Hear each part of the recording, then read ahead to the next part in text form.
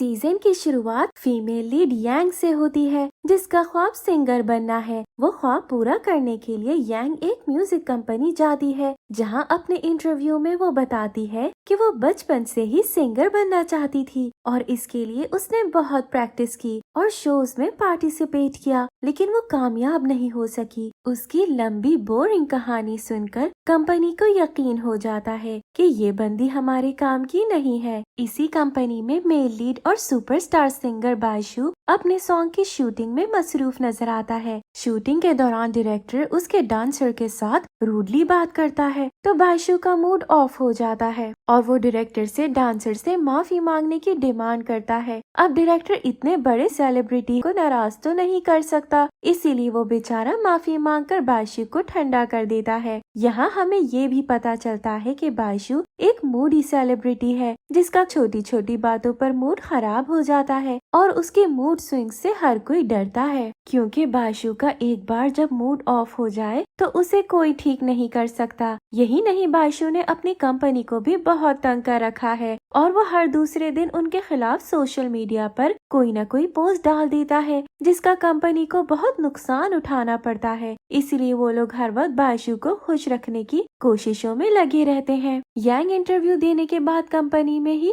इधर उधर घूम रही होती है। जब किसी को बॉक्सेस मूव करने के लिए हेल्प की जरूरत पड़ती है तो यांग उसकी हेल्प करने लगती है। बायशू की शूटिंग के दौरान ही जब यांग बॉक्सेस उठाकर स्टूडियो में एंटर होती है तो बायशू के डांसर से टकराकर उसकी शूटिंग डिस्टर्ब कर देती है, जिस पर जाहिर है बायशू का मूड खराब होना ही था। यांग जो बायशू से किसी सिंगिंग कंपटीशन में मिली थी, वो उसे दोस्तों की तरह हेलो कहती है, तो बायशू हैरान होकर उसे देखने लगता है, जिस पर यांग पूछती है कि क्या तुमने मुझे पहचाना नहीं? तो बायशू सोचता है ये कौन जबरदस्ती की दोस्त बन रही है। वो उसे कहता है मैं मूड में नहीं हूँ और वहाँ से चला जाता है। बायशू एक अमीर आदमी का बेटा है, लेकिन उसके अपने डैड के साथ बहुत क्लैशेस होते हैं। इसी वजह से बायशू के फादर को उससे मिलने के लिए बीमार होने का बहाना करना पड़ता है, क्योंकि सिंगिंग बायशू का जुनून है। लेकिन उसके डैड चाहते हैं कि वो उनका फैमिली बिजनेस ज्वाइन कर ले और उनके साथ रहे। बायशू अपने ख्वाब को छोड़ने को बिल्कुल तैयार नहीं होता, इसीलिए वो अपने डैड के साथ रहने के बजाय अलग रहता है। लेकिन वो जब भी अपने डैड से मिलने जाता है, वो उससे बिजनेस ज्वाइन करने की बात करके बायशू को बहुत हर्ट कर देते हैं। यांग को किसी की सिफारिश पर जॉब मिल जाती है और उसे पहला टास्क ये मिलता है कि उसे बायशू को सोशल मीडिया पर कंपनी के खिलाफ पोस्टिंग करने से रोके। यांग बायशू के घर जाती है, लेकिन जब बायशू को पता चलता है कि वो उसकी कंपनी की तरफ से आई है तो वो उसे पूरी तरह इग्नोर करने लगता है। यांग उसे पोस्ट करने से रोकने की कोशिश करती है, पर बायशू उसकी एक नहीं सुनता। जब यांग देखती है कि सीधे तरीके से काम नहीं बन रहा तो उसे मजबूरन बायशू के अकाउंट हैक करके पासवर्ड चेंज करना पड़ता है। उसकी इस परफॉर्मेंस से कंपनी बहुत इंस्पायर होती है और उसे बायशू की असिस्टेंट बना दिया जाता है, क्योंकि बायशू की पुरानी असिस्टेंट उसके गुस्से और मूड स्विंग्स की वजह से जॉब छोड़कर चली गई थी। यांग को जब पता चलता है कि उसे बायशू की असिस्टेंट बनकर रहना है तो वो बायशू के पास जाकर उसे समझाने की कोशिश करती है कि वो उसकी असिस्टेंट बनने के लायक नहीं है, पर वो भी आगे से बायशू होता है। उसे पता चल जाता है कि यांग उसे कुछ खास पसंद नहीं करती, तो वो यांग से कहता है मैं तुम्हारी सच्चाई सुनकर इम्प्रेस हो गया हूँ, इसलिए मैं तुमको ही असिस्टेंट रखूंगा। ये सुनकर बेचारी यांग कंपनी में अपनी जगह बनाने के लिए उसकी असिस्टेंट की जॉब कबूल कर लेती है। यांग को उसकी कंपनी टास्क देती है कि उसे बायशू के लिए एक डेमो सिंगर ढूंढना है, तो यांग अपने दोस्त जीरुई को लेकर आती है। जीरुई ऑडिशन के लिए स्टूडियो आता है, तो वहाँ उसे जो सॉन्ग गाने को दिया जाता है उस पर बायशू का नाम लिखा होता है, लेकिन एक्चुअल में वो जीरुई का सॉन्ग होता है। जीरुई वहाँ से बगैर गाना गाए ही चला जाता है और यांग को बताता है कि वो बायशू से इसका बदला जरूर लेगा और उसे कोर्ट तक लेकर जाएगा। उधर बायशू, जिसने जीरुई का सॉन्ग नहीं चोरी किया होता, ना उसे इस बात की खबर होती है। इसी बात को लेकर जीरुई और बायशू की लड़ाई हो जाती है, जहाँ यांग भी आ जाती है और बायशू को बचाते हुए यांग को बाजू पर चोट आ जाती है, जिस पर बाजू को वो बहुत अच्छी लगती है कि उसने उसे को बचाने के लिए लड़ाई की। इसीलिए वो उसका जख्म देखकर उसको खुद हॉस्पिटल लेकर जाता है और प्रॉपर चेकअप करवाता है। बाजू शूटिंग के लिए अब्रॉड जाता है तो यांग भी उसके साथ ही होती है। वहाँ सब लोग शूटिंग वाली जगह पर बाजू का वेट कर रहे होते हैं और वो कार रेसिंग में लगा होता है। इसी वजह से उसे जेल जाना पड़ जाता है। उसकी टीम उसको जेल से निकाल लेती है। वहीं बाजू और यांग को एक छोटी बच्ची मिलती है जो बाजू से कहती है कि वो यांग की तरफ अट्रैक्ट हो रहा है, इसीलिए वो हर वक्त यांग की ही बातें करता है। वो दोनों ये बात नहीं मानते क्योंकि वो तो एक दूसरे को दुश्मन समझते हैं। बाजू की शूटिंग आखिरकार कंप्लीट हो ही जाती है और वो लोग वापस आ जाते हैं। बाजू जो कहीं न कहीं यांग को पसंद करने लगा था, उसे यांग बताती है कि वो ज़िरुई को पसंद करती है। तो ये सुनकर बाजू को बहुत दुख होता है कि वो उसके बजाय ज़िरुई को क्यों पसंद करती है, जिस पर यांग ये भी कह देती है कि वो उससे सिर्फ नफरत करती है। और आप लोग ये जानते ही हैं, जब लड़का लड़की में नफरत होती है तो वो नफरत जल्द ही प्यार में बदलने लगती है। जैसे बाजू भी शुरू में यांग को नापसंद करता था, लेकिन अब वो उसे पसंद करने लगता है। यहाँ तक कि उसे यांग को ज़िरुई से बात करते सुनकर भी जेलसी होने लगती है। ज़िरुई भी उन लोगों की कंपनी में डेमो के लिए आता है तो उसकी फर्स्ट परफॉर्मेंस पर यांग उसके लिए गिफ्ट लेकर आती है, लेकिन वो उसे दे नहीं पाती तो वो उदासी से खड़ी होती है। जब बाजू उसके पास आता है और उसके हाथ में गिफ्ट देखकर वो समझ जाता है कि ये ज़िरुई के लिए है। वो उसके हाथ से गिफ्ट लेकर देखने लगता है तो यांग उसे रोकने की कोशिश करती है। उसी वक्त बाजू के हाथ से गिफ्ट गिर जाता है और यांग बेचारी बुरी तरह हर्ट हो जाती है, जबकि बाजू जो सिर्फ तजस्सुस में उस गिफ्ट को देखना चाहता था, वो अब बहुत शर्मिंदा होता है। नेक्स्ट हम देखते हैं कि बाजू की परफॉर्मेंस के साथ ही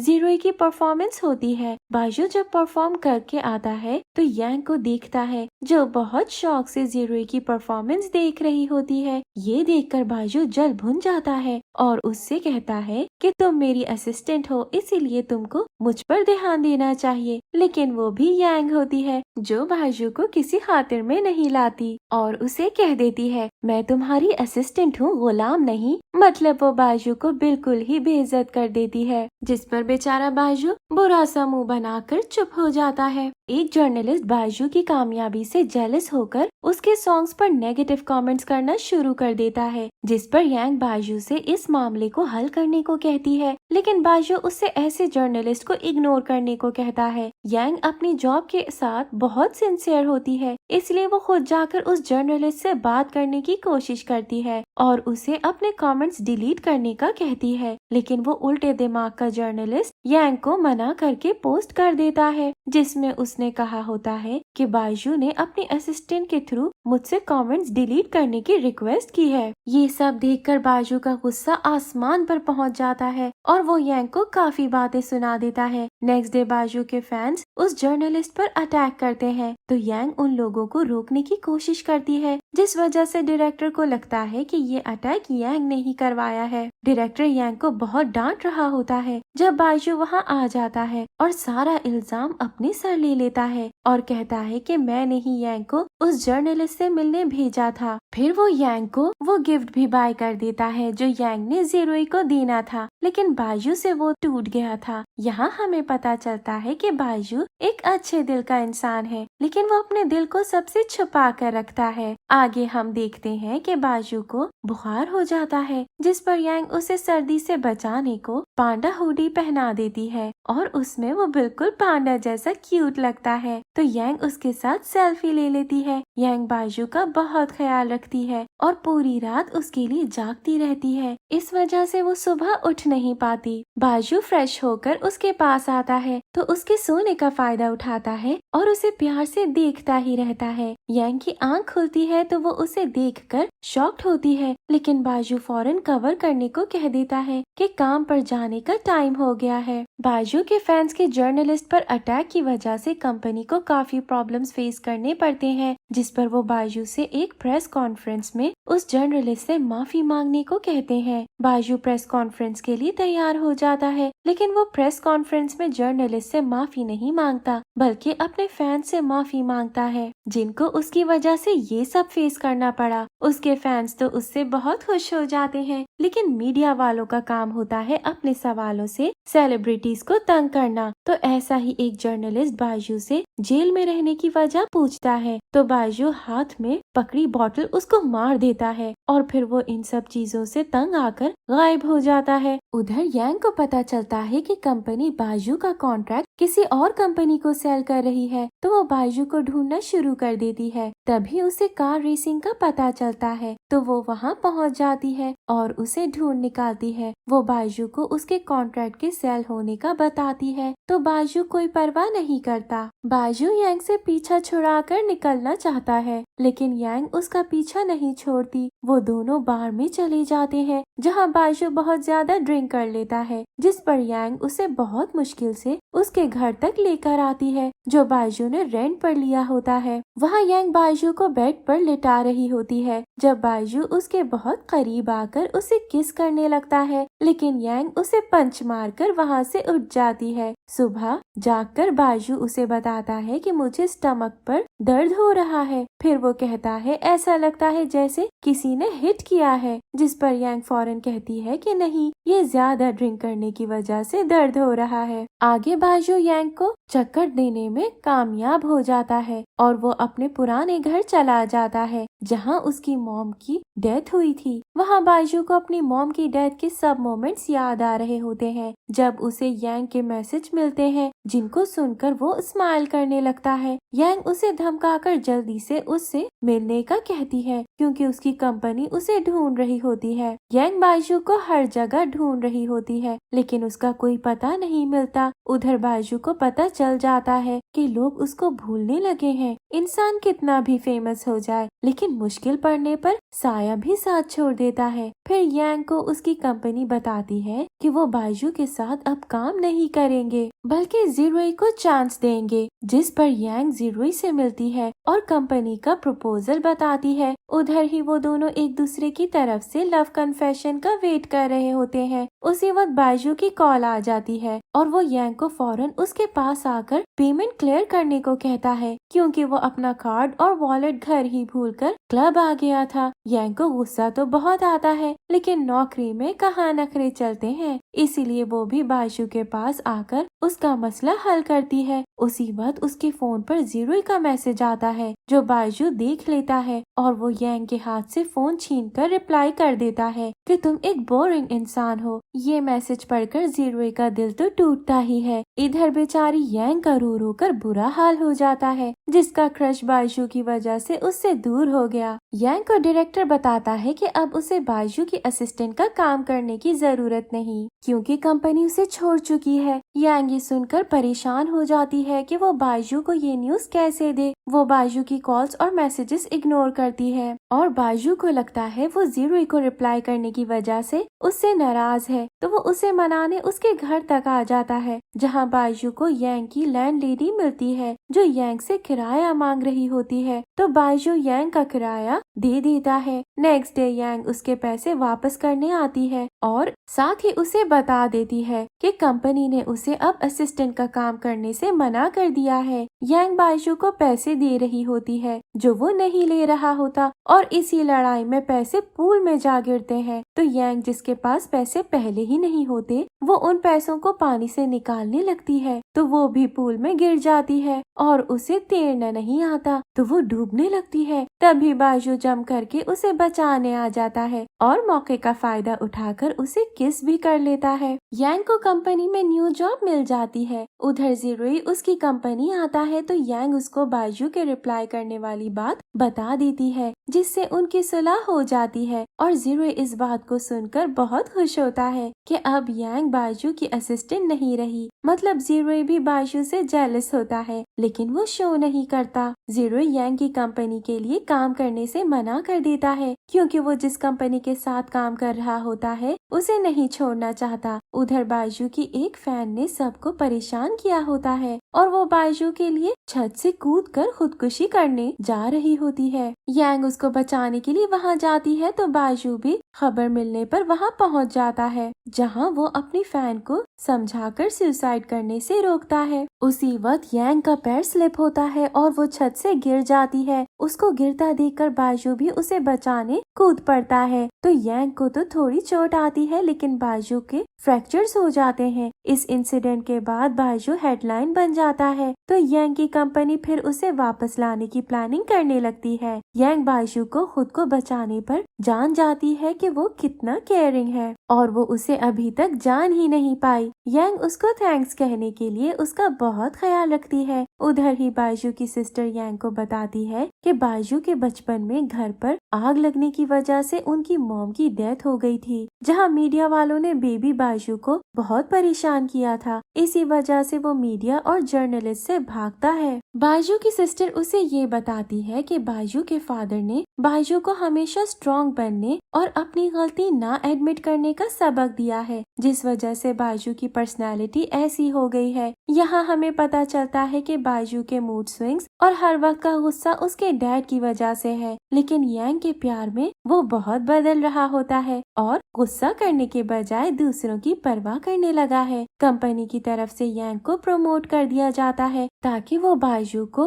काम करने के लिए और कंपनी के लिए ज्यादा अर्निंग करने के लिए मना सके। यांग एक बार फिर जीरोई के साथ डेट पर जाती है तो एक बार फिर बाइजू की कॉल आ जाती है और वो जीरोई से कुछ भी कहे बगैर दिल की बात दिल में ही लेकर वहाँ से आ जाती है। बाइजू हॉस्पिटल से डिस्चार्ज हो जाता है तो उसको घर लाकर यांग उसका पूरी तरह ख्याल रखती है और उसे कंपनी के लिए ज्यादा से ज्यादा काम करने के लिए मनाती रहती है। उधर जीरोई भी उनकी कंपनी ज्वाइन कर लेता है और इसी खुशी में वो यांग को गिफ्ट देता है, जिसे देखकर वो खुशी से पागल हो जाती है। जीरोई की कंपनी ज्वाइन करने के साथ ही बाइजू भी वापस आ जाता है और वो हर एक से स्माइल के साथ मिलता है। तो सब लोग शॉक में होते हैं कि बाइजू का गुस्सा कहाँ चला गया और वो इतना कूल कैसे बन गया। लेकिन बाइजू का गुस्सा उस वक्त वापस आ जाता है जब वो जीरोई को कंपनी में देखता है। बाइजू जीरोई की कंपनी ज्वाइन करने पर बहुत डिस्टर्ब होता है और वो यांग से पूछता है कि तुम तो जीरोई की ज्वाइनिंग पर बहुत खुश होगी। यांग को लगता है वो जीरोई की सिंगिंग से जेलस है, लेकिन वो तो यांग के जीरोई को लाइक करने पर जीरोई से जेलस होता है, क्योंकि उसके सामने भी यांग जीरोई की कामयाबी की दुआएं कर रही होती है। बाइजू यांग की जीरोई के बारे में कही गई बातों को सोचकर बहुत अपसेट होता है। फिर वो जीरोई की सिंगिंग करने पर यांग को एक्साइटेड देखकर जेलस हो जाता है और वहाँ से चला जाता है। यांग उसके पास आकर जीरोई की ही बातें शुरू कर देती है तो बाइजू का और मूड ऑफ हो जाता है, लेकिन यांग उसका मूड ठीक करने को आउटिंग के लिए ले जाती है, जहाँ दोनों बहुत एंजॉय करते हैं। यांग जीरोई से फाइनली अपना लव कन्फेस कर देती है, जो सुनकर जीरोई कहता है वो बहुत पहले से ये सब जानता है, लेकिन वो ना जानने की एक्टिंग करता रहा, क्योंकि उसके लिए सबसे इम्पोर्टेंट उसका करियर और म्यूजिक है, जिसके लिए वो सब कुछ छोड़ सकता है, यहाँ तक कि अपना प्यार यानी यांग को भी छोड़ सकता है। जीरोई के इस साफ इनकार के बाद क्या यांग उसका प्यार अपने दिल से निकाल पाएगी? क्या बाइजू यांग से कभी अपने प्यार को कन्फेस कर पाएगा? क्या होगा इस लव ट्रायंगल का अंजाम? ये जानने के लिए देखिए second part. Thank you for watching.